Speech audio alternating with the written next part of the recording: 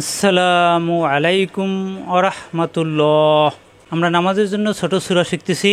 সূরা feel থেকে নাস পর্যন্ত শিখব। আজকে ক্লাস আমরা শিখব সূরাতুল কাফিরুন। সূরাতুল কাফিরুন অক্ষর ধরে ধরে বানান করে সহি শুদ্ধ তেলাওয়াত শেখানোর চেষ্টা করব ইনশাআল্লাহ। সবাই মনোযোগ দিয়ে ক্লাস করবেন। ভুল তেলাওয়াতের মধ্যেই যারা নামাজ পড়ে তারা যেন তেলাওয়াত শুদ্ধ করতে পারে, এজন্য ফেসবুক থেকে দেখলে লাইক, ফলো এবং শেয়ার করে দিবেন। ইউটিউব থেকে দেখলে লাইক করে সাবস্ক্রাইব করে আমাদের সাথেই থাকবেন। আসুন ভিডিও শুরু করি। আউযু বিল্লাহি মিনাশ শাইতানির রাজিম। বিসমিল্লাহির রহমানির রহিম। এটা কফ, জিহ্বার গোড়া উপরে তালুতে চাপ দিয়ে উচ্চারণ করতে হয়।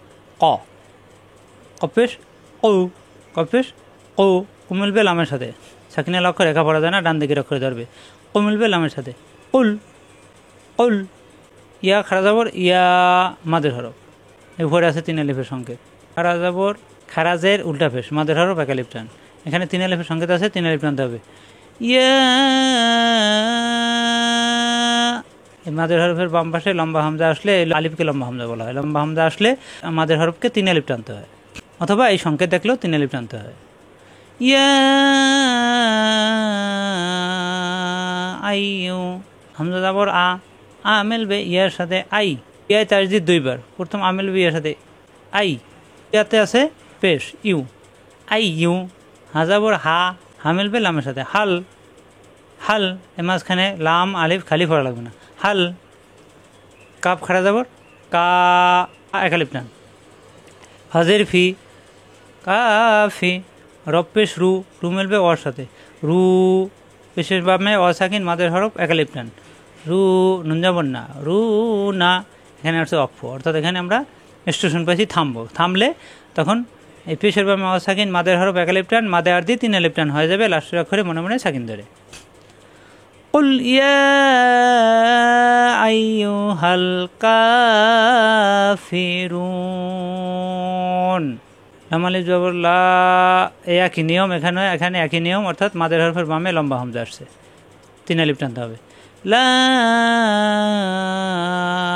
হামজা জবর আ মেলবে আইনের সাথে আ কণ্ঠনালীর শুরু থেকে আইন কণ্ঠনালীর মাঝখানে।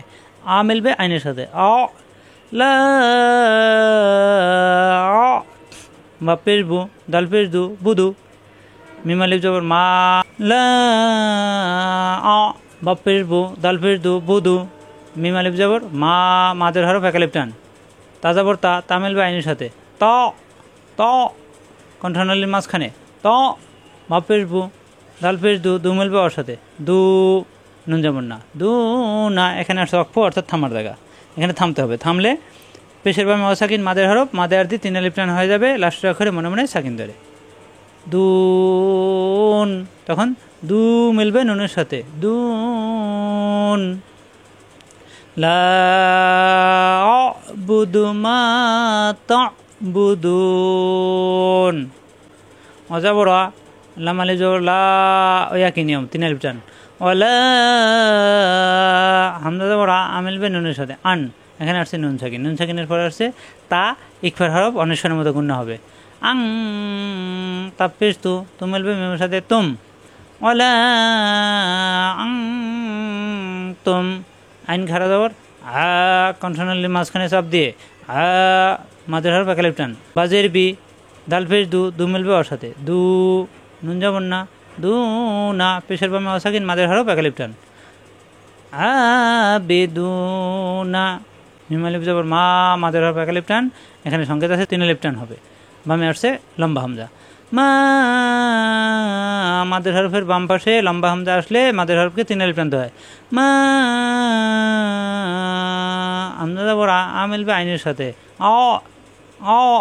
বাপের বু, দাল ফের দু বুদু। মা বুধু। এখানে বুধু হবে না, লাস্টে এখানে আসছে অক্ষ, অর্থাৎ থামার জায়গা, এই জন্য লাস্টের অক্ষরে সাকিন হয়ে যাবে।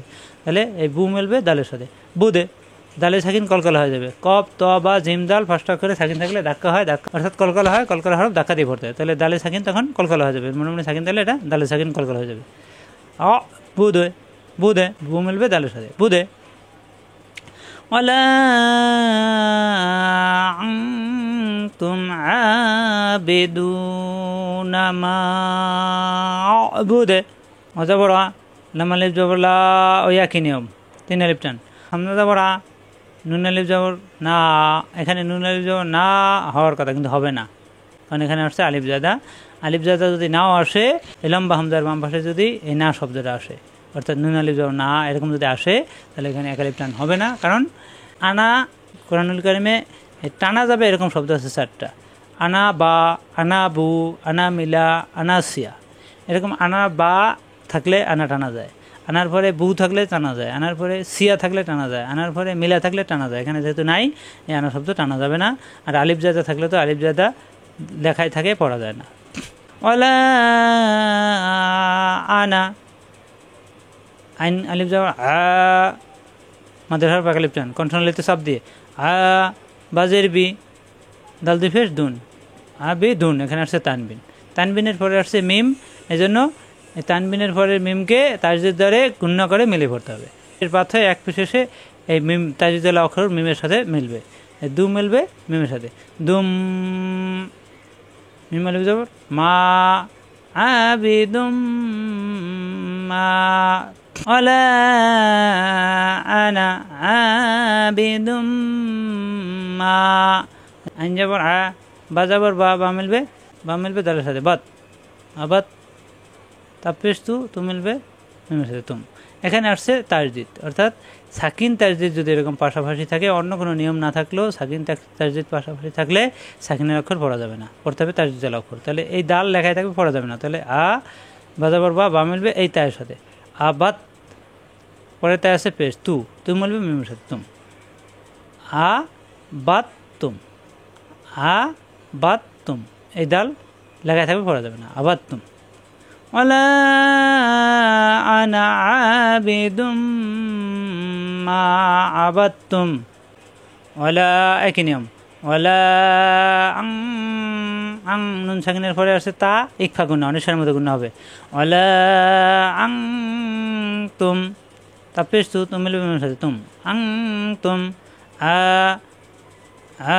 কন্ট্রোলিতে চাপ দিয়ে খাড়া জবর একালিফ টান বাজের বি দাল ফেস দু মিলবে ওর সাথে পেশের বামে অসাকিন মাদের হরফ একালিফ টান আবিদু নুন যাবর না আবিদুনা মা 3 আলিফ টান মা